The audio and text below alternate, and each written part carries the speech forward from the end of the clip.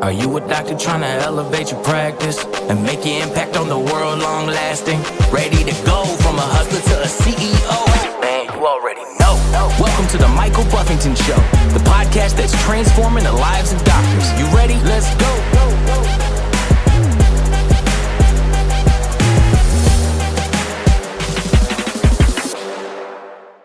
Hey, I'm Michael Buffington, and welcome back to the show. Today I want to talk to you about keeping promises to yourself.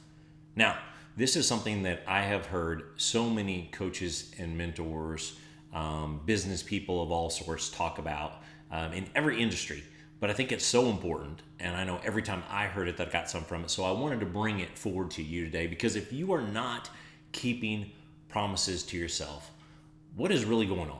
Like, ask yourself, what is really going on? Because if you step into, let's use the example of a workout, and you don't finish the set, I see this show up, right, in people's bodies a lot. It's very easy to recognize, like, all right, I'm just not going to train hard or not train at all. Or, hey, I want to make a difference, a change, right? We see this with patients. I want to make a change in my health. I want to make things different. However, I'm unwilling to show up for an appointment. I'm unwilling to not put certain things in my mouth, and what you eat or drink. I'm unwilling to make these shifts. I notice it so much so when I see it on social and people are talking about date night and there's 8 other people there. Like, that could be a date, but it could be just a date with other people. Is that the date night for you and your most important significant other, your spouse? You got to ask yourself. I always laugh because I have this PDF and this training that I do in Game Changer called the Marriage Map.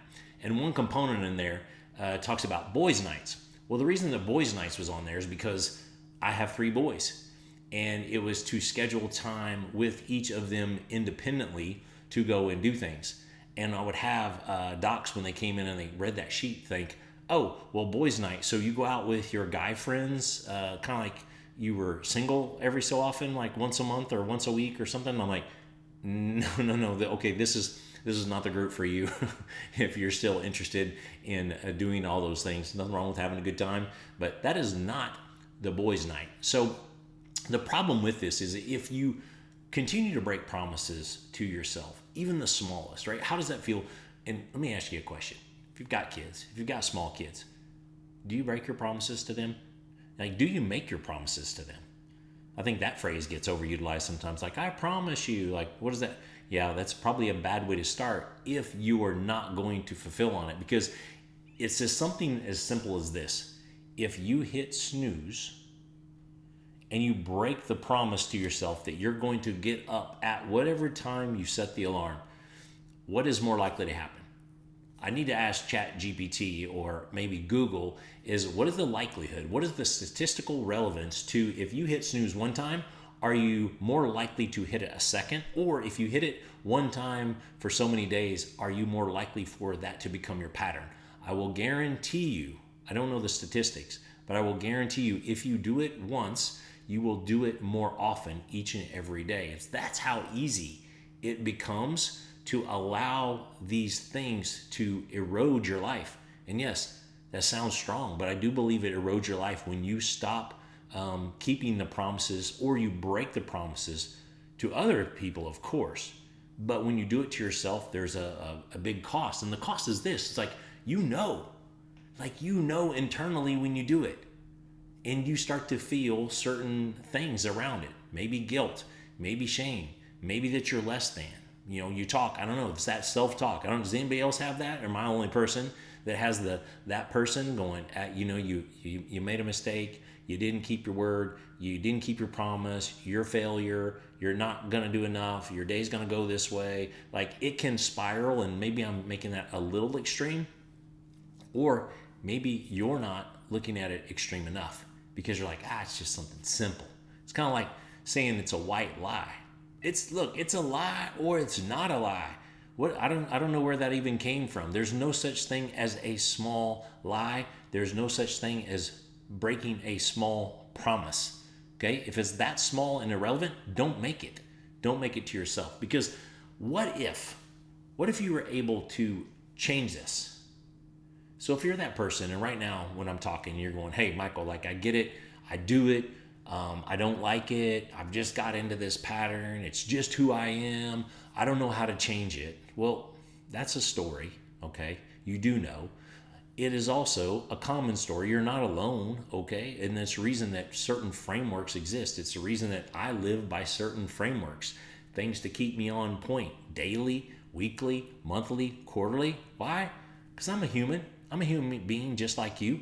I can slip, so this keeps up the guardrails. These are like the bumpers, right, in the bowling alley that take all the pressure off of how I bowl, because I can't bowl very well. So the pressure is off. I don't have to be one of my, my teenage son who's pretty good. I can just wing it, and it will at least hit some pins. And that's all I'm asking you to do. What's the possibility that you started keeping these with the small things and you started stacking those up, right?